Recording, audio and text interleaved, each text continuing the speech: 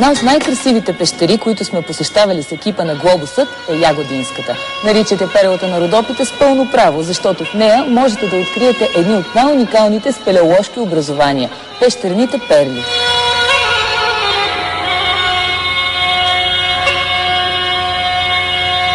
Това, разбира се, беше нещо като опит за шега. Наричате перлата на Родопите, просто защото е много красива. Но никак няма да ви е до шеги, когато тръгнете към нея.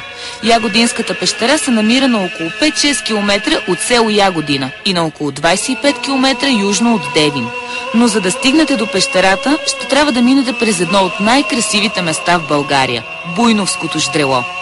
Още в самото начало, когато влезете в ждрелото, ще си помислите, че сте попаднали между илюстрациите на някоя вълшебна приказка.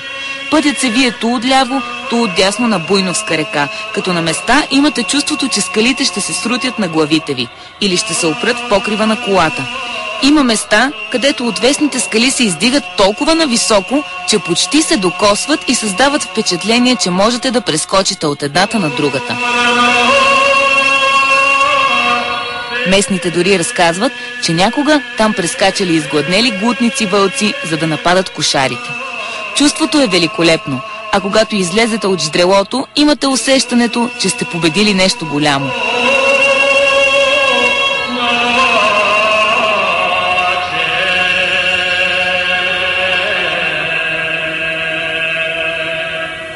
Пещерата е разположена на десния бряг на река Буйновска. Това всъщност е началото на Буйновското ждрело. Температурата в пещерата е 6 градуса. Много е влажно и студено и непременно трябва да се екипирате добре, когато я посещавате. Третият етаж на пещерата е благоустроен и оформено туристическо трасе с дължина 1100 метра. Пещерата е прекрасно осветена и по целия маршрут можете да се наслаждавате на чудни форми, като сталактити, сталагмити, сталактони, хеликтити, синтрови езера и прочее спелеоложки работи. Можете да видите цели галерии от леопардова кожа, както и едни от най-уникалните образования – пещерните перли. Тук всъщност присъстват общо 22 вида образования от известните в света 28 вида. Не е трудно да откриете в някои от формите Дядо Коледа, Снежанка и седемте джуджета, Дева Мария и Младенеца, Пижо и Пенда, Барбароните и прочее.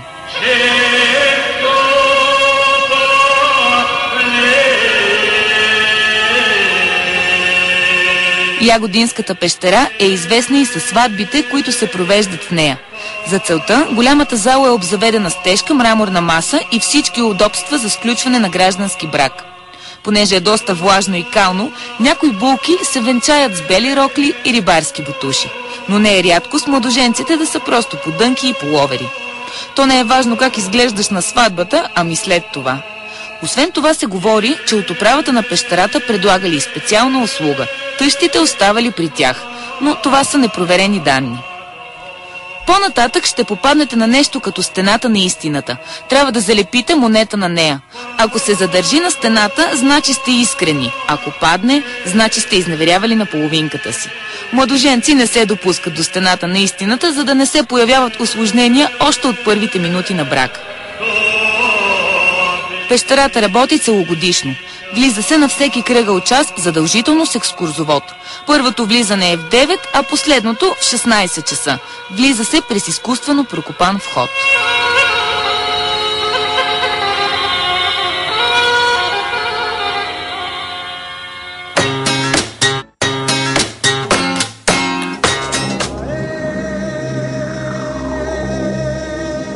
Вие сте с Глобусът, а днес Глобусът се върти из родни ширини и то доста надълбоко, защото разглеждаме едни от най-красивите пещери в България. Посещението на тези удивителни природни феномени, на които е богата нашата страна, е като цяло доста екстремно преживяване. Защото наред с възхитата, у вас могат да се пробудят и редица атавистични страхове от тъмното, от тясното, от непознатото, от безизходицата, от непознатите сили, които управляват сякаш някаква паралелна вселена. Вселена, създавана милиони години и населена с форми на живот, които не се нуждаят от светлината, за да съществуват. Най-известните пещерни обитатели, това са прилепите. Искам да изтрия заблудата, че пилипите са слепи. Не. Пилипите са зрящи. Но това, което ги отличава от другите бозайници, е първо, че те са единствените летящи бозайници. На второ място е това, че те се ориентират в тъмнината, като използват ултразвук.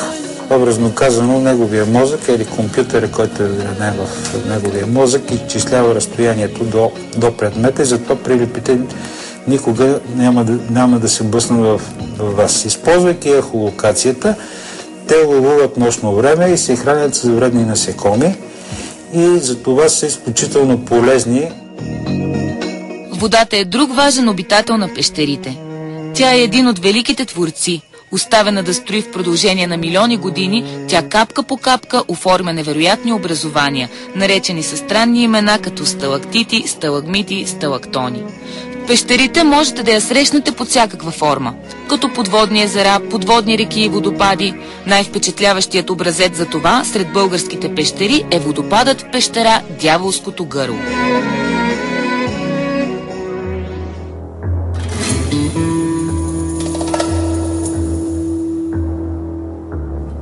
Дяволското гърло също се намира в Родопите, в близост до село Триград и е разположена до друго живописно ждрело – Триградското.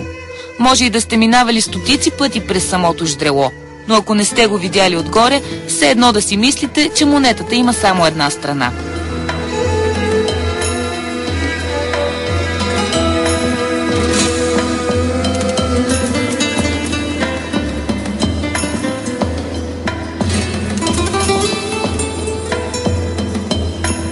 Ако се разровите достатъчно назад във времето, ще откриете, че всяка легенда, която се разказва в Родопите, води до един единствен човек – Орфей.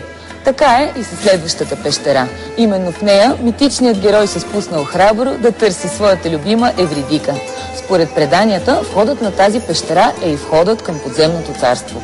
Наричат я Дяволското гърло. Има едно цвете, което расте само в този район на Родопите и за което се смята, че е изникнало от сълзите на самия Орфей. Причината за тези сълзи била, че Евридика слязла в подземното царство.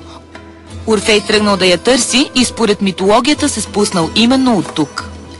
Днес до нея се стига по изкуствен тунел. Няма как да минете през естествения й вход, освен ако не сте изпечени с спелеолози. Името на това място идва от формата на входа, наподобяваща зинала паст.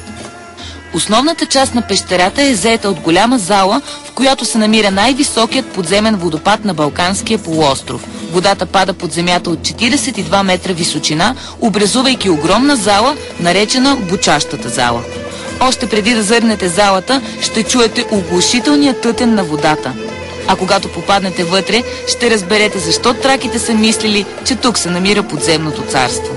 Дължината на голямата зала е 110 метра, а ширината 40 метра. На височина достига до 35 метра. Според думите на местните, каквото е отнесено от реката на Дяволското гърло, нищо не е излязло на изхода й. Преди години учени пуснали от светена вода по течението на реката и тя се появила на изхода от пещерата чак след 2 часа. Ако искате да излезете от пещерата, ще трябва да се изкачите по 301 изключително стръмни стъпала нагоре, покрай водопада. Когато отново излезете на повърхността, ще усетите известно облегчение и много ще се зарадвате на слънцето. Температурата в Дяволското гърло е около 12 градуса. Историята помни как и тук някои ентусиасти са се клели в съпружеска вярност. И според нас няма по-подходящо място от това да кажеш да или не, или каквото и да е на сватбата си и половинката ти да не те чуе. Точно пред паркинга на пещерата ще имате възможността да се спуснете с тролея на Тарзан. Това всъщност е едно въже опънато над ждрелото, по което ще се спуснете с около 200. Поне така изглеждаше първия път. Забавно е.